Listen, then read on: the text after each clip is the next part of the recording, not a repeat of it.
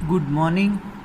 તો આજે આપણે જોવાનું છે યુનિટ નંબર 2 કૃષિ અથવા તો ખેતી. યુનિટ 2ની અંદર આજે આપણે જોવાનું છે કૃષિ અથવા તો ખેતી અંગેની માહિતી. કે સમગ્ર આપણો દેશ છે એમની 60% વસ્તી કૃષિ ક્ષેત્ર સાથે સંકળાયેલી છે. કે જે સમગ્ર ભારતની અંદરથી વધુમાં વધુ રાષ્ટ્રીય આવક આપણને કોઈ પણ ક્ષેત્રમાંથી પ્રાપ્ત થતી હોય તો એ માત્ર ને માત્ર છે કૃષિ ક્ષેત્ર. જેવી રીતે આપણે ધરતીપુત્ર ખેડૂતોની સહાયથી સમગ્ર રાષ્ટ્રનો વિકાસ સક્ષમ બને છે, એવી જ રીતે સમગ્ર રાષ્ટ્રનો વિકાસ દર પણ વધે છે, જેના પરિણામે આપણે ખેતીનું એક આગવું મહત્ત્વ રહેલું છે. ભારત આપણે સૌથી વધારે ખેતી પ્રધાન રાષ્ટ્રોમાં સમાવિષ્ટ કરી શકે છે, કારણ કે આપણે સીધી રીતે યા તો આડકતરી રીતે 60થી 70% લોકોનો આધાર ખેતી છે, જેના પરિણામે ભારતનો આર્થિક વિકાસ એ ખેતીનું વિશેષ મહત્ત્વ રહેલું છે. આપણે કોઈપણ ક્ષેત્ર, ખેતી, ઉદ્યોગ, સેવા ક્ષેત્રમાં સૌથી વધારેમાં વધારે મહત્ત્વનો વિભાગ હોય તો એ છે કૃષિ ક્ષેત્ર, કારણ કે આપણને કૃષિ ક્ષેત્રમાંથી વધુમાં વધુ રાષ્ટ્રીય આવક પ્રાપ્ત થતી હોય છે. જે આયોજનના મહત્ત્વના ભાગ તરીકે સમજી અને આપણે જેમાં ફરીવાર આપણે જે હરિયાળી ક્રાંતિઓનો વિકાસ થયો એના પરિણામે એમની કેટલીક મુશ્કેલીઓ સર્જન થઈ. આપણે વધુમાં વધુ રાષ્ટ્રીય આવક છે એ પ્રાપ્ત કરવામાં કેવી રીતે ખેતીનું મહત્ત્વ છે, અથવા તો ખેતીને વિકાસ કરવા માટે કઈ બાબતો ધ્યાનમાં લેવાની છે, ખેતીનો વિકાસ, અવરોધક બજાર, સમગ્ર બાબત અહીંયા આપણે આ યુનિટની અંદર ભણવાની છે. તો હવે આપણે જોઈએ કે જે આપણને આયોજનકાળ દરમિયાન પ્રત્યેક યોજનામાં ખેતી વિકાસને ખરેખર મહત્ત્વ આપવું જોઈએ એ આપણે આપી શક્યો નથી, જેના પરિણામે ખેતી આજે પણ કુદરતની ગુલામ રહી છે અને જે આપણા દેશની અંદર વધુમાં વધુ આપણે જોવા મળે છે.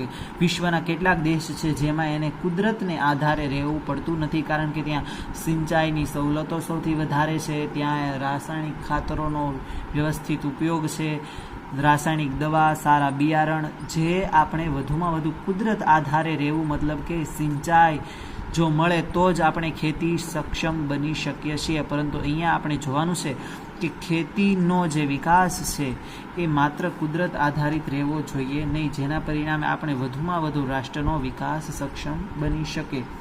પરંતુ ઉત્પાદકતા વિશ્વના કેટલાક જે દેશ છે એમાં તુલના આપણે એની સાથે આપણે કરીએ તો આપણું ઉત્પાદન ખૂબ જ નીચું છે. પરંતુ નક્કર આર્થિક વિકાસની ચાવી ખેતીમાં જ પડેલી છે એ રીતે આપણે વિચારીએ. તેથી હવે જો ખરેખર આપણે આર્થિક વિકાસને સિદ્ધ કરવો હોય તો આપણે જ્યાંથી જાગ્યા ત્યાંથી ફરી સવાર એમ ગણી અને 1 એપ્રિલ 2007માં શરૂ થયેલી 11મી યોજનામાં ખેત વિકાસને પ્રથમ અગ્રતાક્રમ આપવો જોઈએ. એ બાબત અહીંયા ઉચિત રીતે નિર્ધારિત કરવામાં આવે છે, જેના પરિણામે સૌપ્રથમ ભારતના આર્થિક વિકાસનું ખરેખર શું મહત્ત્વ ખેતીનું રહેલું છે. આપણે ખેતી જો રાષ્ટ્રમાં અમલમાં આવે તો એનું મહત્ત્વ કઈ બાબત દ્વારા રહેલું છે, એનું શું મહત્ત્વ છે એ આપણે બરોબર સમજી લેવું જોઈએ, કારણ કે આપણી રાષ્ટ્રીય આવકનો જે વધારો છે એની અંદર સૌથી વધારે કોઈ ક્ષેત્ર હોય તો એ ખેતી ક્ષેત્રનો છે. તો આ ખેતી ક્ષેત્રનો જે બાબત છે એને મહત્ત્વમાં લેવી ખૂબ અનિવાર્ય છે, કારણ કે જો એની ઉપર ભાર ન દેવામાં આવે તો આપણા માટે એ ખૂબ જ વ્યવસ્થિત સાબિત થઈ ન શકે. પરિણામે આપણે એનું મહત્ત્વ રાષ્ટ્રીય આવકનો વધારો કરવામાં રહેલું છે. જેમાં આપણે કહી શકાય તો એનું પ્રથમ મહત્ત્વ છે રાષ્ટ્રીય આવકમાં વધારો કરવાનું છે. રાષ્ટ્રીય આવકનું પ્રમાણ કોઈ પણ દેશની જે સમૃદ્ધિ છે એ એની પારાશીશી કહી શકાય. આપણા દેશમાં આ કુલ રાષ્ટ્રીય આવકમાં જે ખેતી છે એમનું ખૂબ જ વધારેમાં વધારે મહત્ત્વ રહેલું છે, એમનો વધારેમાં વધારે હિસ્સો છે, કારણ કે યુએસ રાષ્ટ્રીય આવકમાં ખેતીનું 2% છે, જાપાનમાં 1%, ફ્રાન્સમાં 3% જેટલો જ ફાળો ખેતી ક્ષેત્રની આવકનો છે, પરંતુ આપણે અહીંયા 20.1% થી 21% સુધી ખેતી ક્ષેત્રનો હિસ્સો છે એ રાષ્ટ્રીય આવકમાં રહેલો છે. મતલબમાં ખૂબ જ 4 ભાગમાં આપણે જો વેચીએ તો ચોથા ભાગની આવક તો રાષ્ટ્રીય આવક આપણને ખેતી ક્ષેત્રમાંથી મળે છે. તો વધુમાં વધુ જો આપણે ખેતીનો વિકાસ થાય તો એ આંકડા સાબિત કરી શકે કે ખેતીનો વધુમાં વધુ વિકાસ એ રાષ્ટ્રીય આવકમાં વધારો કરે, અને રાષ્ટ્રીય આવકમાં જો વધારો થાય તો લોકોનો માથાદીઠ આવકમાં વધારો થાય, અને માથાદીઠ આવકથી લોકોનો સુખ સમૃદ્ધિવાળું જીવન જીવતા થાય, જેના પરિણામે સમગ્ર રાષ્ટ્રને ખૂબ જ સહાયક નીવડી શકે એમ કહી શકાય. ત્યારબાદ એનું બીજું મહત્ત્વ છે રોજગારીમાં પણ વધારો કરી શકાય. રોજગારી મેળવવામાં ખૂબ જ આપણને ખેતી ક્ષેત્ર મહત્ત્વનું રહેલું છે, કારણ કે કોઈ પણ ઋતુ હોય, અમુક જો ઋતુ આધારિત બાબત હોય એમની અંદર આપણને ખેતી ક્ષેત્ર ખૂબ જ મહત્ત્વની બાબત સમજાવી શકે છે, કારણ કે ઋતુ આધારિત અન્ય જે બાબતો છે એની કરતાં ખેતી એ ખૂબ મહત્ત્વની રહેલી છે, કારણ કે અહીંયા લોકોને રોજગારી આપવામાં ખેતી 56.7% જે લોકો કૃષિથી રોજગારી મેળવે છે, એમ આપણા ભારતની અંદર વિશ્વના કેટલાક દેશોની સરખામણીમાં ખૂબ જ 56.7% જેટલા લોકો આપણા રાષ્ટ્રના જે ખેતી ક્ષેત્ર છે એમાંથી આવક મેળવે છે, એમાંથી રોજગારી મેળવે છે.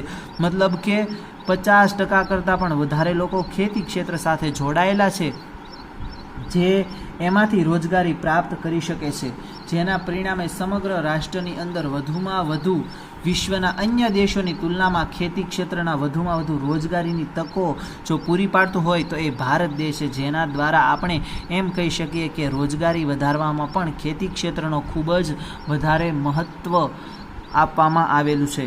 ત્યારબાદ વિદેશી હુંડિયામણ કમાવામાં પણ આપણને ખેતી ક્ષેત્રમાં જો વિદેશી હુંડિયામણ આપણા દેશમાં આવે એનો મતલબ થયો કે વિદેશની આવક આપણા દેશમાં થઈ અને આપણા દેશમાં એ આવક આવી, જેના પરિણામે આપણા દેશનો આર્થિક વિકાસ ખૂબ જ વેગવંતો બન્યો એમ કહી શકાય, જેના પરિણામે આપણે વિદેશી હુંડિયામણ કમાવવું હોય તો વધુમાં વધુ આપણે ઔદ્યોગિક વિકાસ માટે અલ્પ વિકસિત દેશ છે એ બધાની મૂડી, યાંત્રિક સાધનો, ટેકનિકલ જ્ઞાન વગેરે મેળવવાની જરૂર પડે. બહુ સ્વભાવ અને સ્પષ્ટગત વાત છે, પરંતુ આપણે આ બધી જ વસ્તુઓ ત્યારે જ મેળવી શકીએ જ્યારે આપણું મૂલ્ય સમગ્ર રાષ્ટ્રીય આવકમાં વિદેશી હુંડિયામણ કમાવાનું હોય. તો આ વિદેશી હુંડિયામણ કમાવા માટે આપણે વધુમાં વધુ નિકાસ કરવી પડશે. શું કરવું પડશે? નિકાસ. જે નિકાસના પરિણામે આપણે સમગ્ર રાષ્ટ્રમાં વિદેશી હુંડિયામણ લાવી શકશું. આપણા દેશમાંથી વધુમાં વધુ મરી મસાલાઓ, શણ, કપાસ, આ બધી જે બનાવટો છે એ વિશ્વના ઘણા બધા દેશોની અંદર જઈ અને આપણા દેશને વિદેશી હુંડિયામણ પ્રાપ્ત થાય છે, જેના પરિણામે આપણે સમગ્ર રાષ્ટ્રનો 70% જેટલો નિકાસ કરીએ તેમાં ખેતી ક્ષેત્રનો હોય છે, જે વિદેશી હુંડિયામણ કમાવી આપવામાં ખૂબ જ મૂલ્યવાન અને નોંધપાત્ર સાબિત થાય છે. અને આર્થિક વિકાસ કઈ રીતે ઓછું મૂલ્ય આંકી શકે, જે આપણે દર્શાવી શકાય કે જેના પરિણામે વિદેશી હુંડિયામણ કમાવવું હોય તો આપણે સમગ્ર અર્થતંત્રને વિકસિત કરવા માટે મહત્વતા દર્શાવે છે, એ અહીંયા આપણે સમજીએ.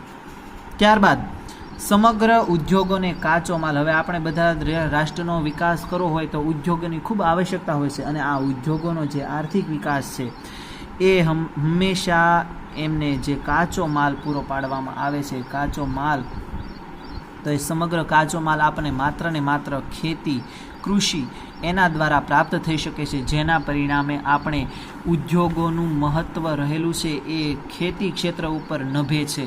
જો ખેતી ક્ષેત્રનો યોગ્ય વિકાસ નહીં કરવામાં આવે તો આપણે ઉદ્યોગો પણ પડી ભાંગશે, અને સમગ્ર રાષ્ટ્ર જે છે એ રાષ્ટ્રનો વિકાસ એટલો સક્ષમ બનશે નહીં.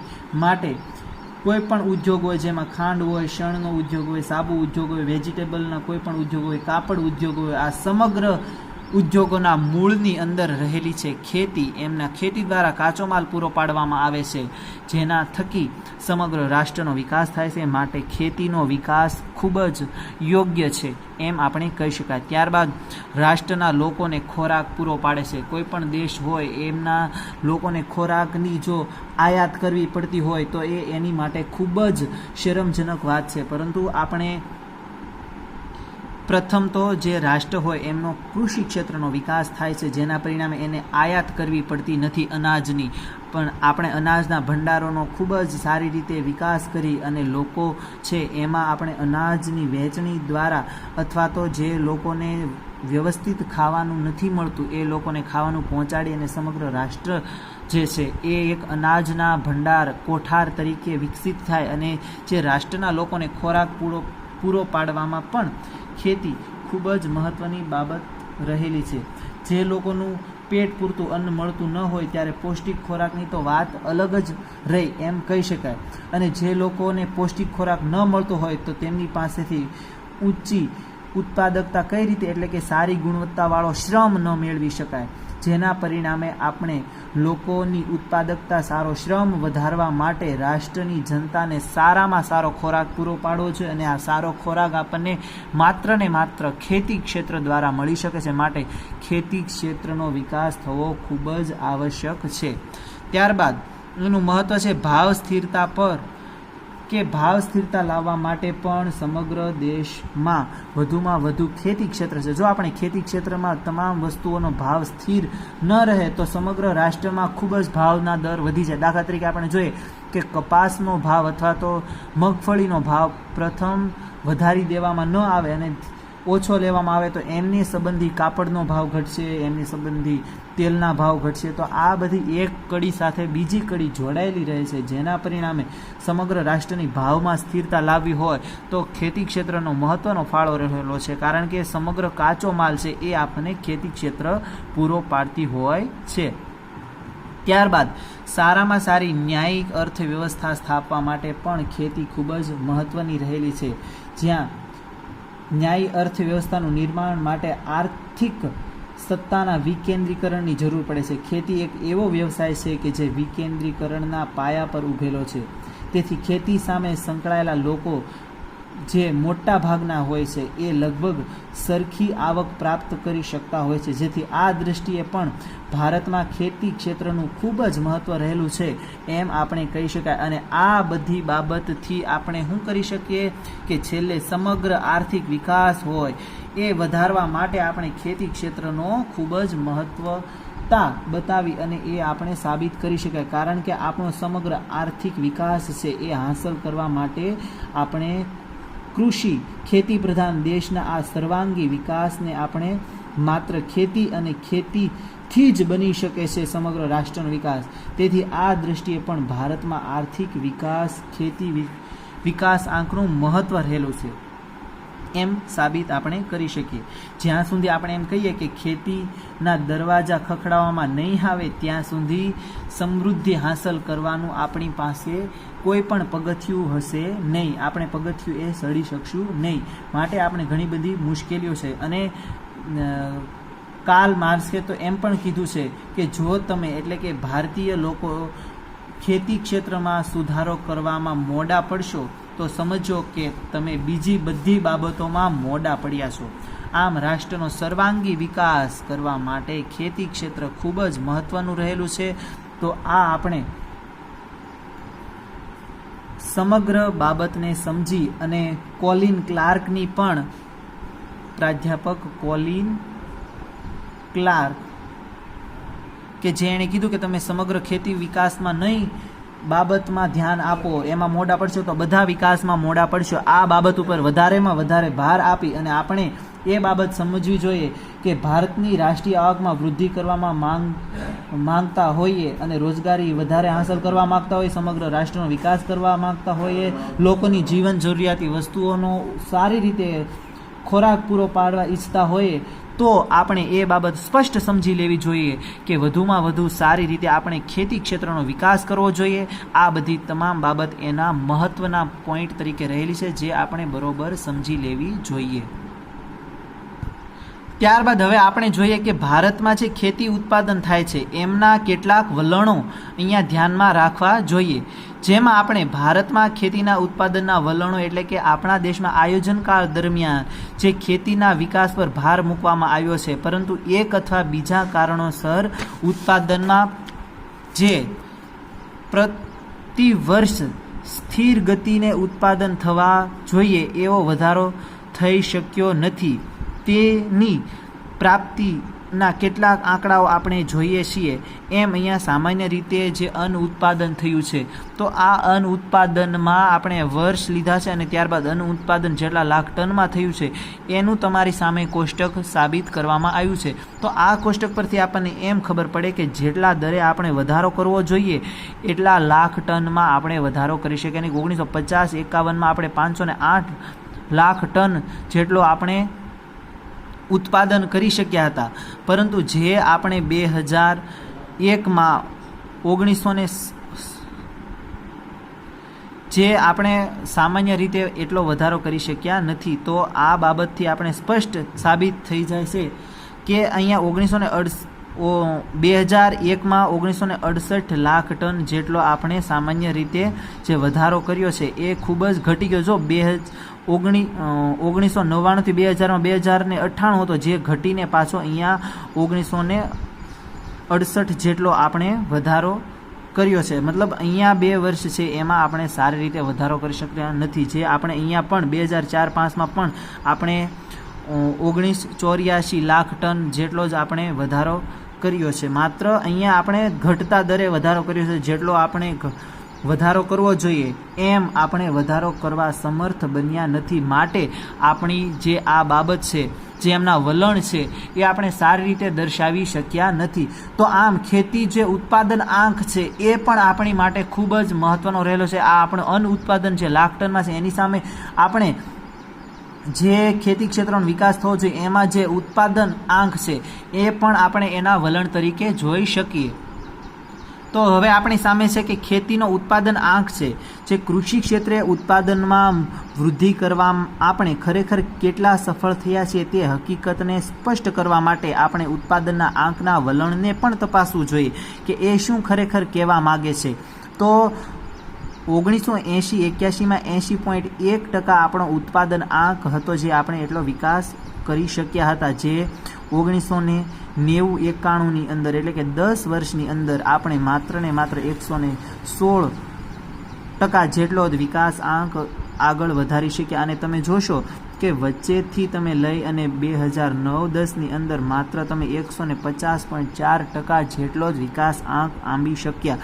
જે તમે 2004-05ની અંદર 240.2% જેટલો તમે વિકાસાંક કર્યા. મતલબ કે તમે આ વિકાસાંક કરતાં આની સરખામણી ખૂબ જ ઘટી ગયા, જેના પરિણામે તમારે સમગ્ર બાબતને નુકસાનકારક એટલે કે મુશ્કેલી અનુભવ થયો. આ પરિસ્થિતિની અંદર આપણે એ બાબત કહી શકાય કે 16મા વર્ષમાં અન્ન ઉત્પાદનમાં નહિવત વધારો થયો છે. આમ 3 વર્ષના વિકાસ પછી પણ અન્ન ઉત્પાદનમાં આપણે વધારો કરવામાં સફળ જતા નથી. આપણે માત્ર ને માત્ર ગોકળ ગાયની ધીમી સ્થિતિથી આપણે આગળ વધતા જઈએ છીએ. માત્ર આપણે હરણફાળ ભરી શકતા નથી એમ કહી શકાય, જેના પરિણામે આપણે એ અસ્તિત્વ ટકાવી રાખવા માટે વધુમાં વધુ સારી રીતે મહેનત કરવી જોઈએ એમ માનવું બને છે. ત્યારબાદ ઉત્પાદકતાના કેટલાક વલણો પણ જોઈએ. આ બાબતથી આપણે ઉત્પાદકતાના કેટલાક કારણો જાણી શકીએ, અને જેમાં કહી શકાય કે ખેતી ઉત્પાદકતા વધારવા માટે ખેતી ક્ષેત્રમાં આધુનિક સાધનો અને આધુનિક પદ્ધતિઓ વાપરવામાં આવે, એ વધારો કરવામાં આવે, પરંતુ આપણે જો આયોજન કાળ દરમિયાન તેમના પર જે સફળતા મેળવી શકવી જોઈએ એટલી સફળતા મેળવી શક્યા નથી. તેથી ઉત્પાદનના આંકમાં પણ ધાર્યો એવો વધારો કરી શક્યા નથી. જે કેટલાક એમના એ વલણો પણ અહીંયા દર્શાવવામાં આવ્યા છે. જે ઉત્પાદન આંક 1983-84ના વર્ષ માટે 100 ધારી લઈએ તો 2007-08માં તે 113.6 પર પહોંચેલો જોવા મળે છે. આમ ઉત્પાદકતામાં વૃદ્ધિ કરવા માટે તો પૂર્ણ અવકાશ હોવા છતાં તેને 16 વર્ષ પછી સવા ગણી થોડા વધારે મેળવી શક્યા છીએ. એટલે આપણે એ બાબત અહીંયા સ્પષ્ટ સમજવી જોઈએ કે તે આપણી ખેતીની કુદરતી ગુલામીને ખુલ્લી કરે છે કે 16 વર્ષમાં પણ આપણે માત્ર સવા ગણિત બાબતથી જ આપણે ઉત્પાદન કરી શક્યા, અને વિકસિત દેશોની તુલનાએ આપણી ખેત ઉત્પાદનની કેટલીક બાબત છે જે તુલનાત્મક અભ્યાસ દ્વારા આપણે જાપાન હેક્ટર દીઠ ઘઉંનું ઉત્પાદન આપણા કરતાં 3 ગણું છે. ઇજિપ્તમાં હેક્ટર દીઠ ચોખાનું ઉત્પાદન આપણા કરતાં 5 ગણું છે. અમેરિકામાં હેક્ટર દીઠ કપાસનું ઉત્પાદન આપણા કરતાં 4 ગણું વધારે છે. તો આ બધી બાબત છે એ આયોજનકાળ દ્વારા આપણે માત્ર ને માત્ર જે કુદરતની ગુલામી ઉપર રહ્યા છીએ એ બાબત અહીંયા આપણી સામે સીધી અને સચોટ રીતે સાબિત થઈ શકે છે, જે આપણે સમજી લેવી જોઈએ. તો આજે આપણે જોયું કે એમનું મહત્ત્વ, એમના વલણો. ત્યારબાદ હવે આપણે નવા લેક્ચરની અંદર જોઈશું કે ભારતની અંદર જે ખેતી ઉત્પાદક છે એની નીચી જે ઉત્પાદકતા થાય છે એના કારણો કયા છે. તો હવે આપણે આ સારી રીતે સમજશું આગળના લેક્ચરમાં. ધન્યવાદ.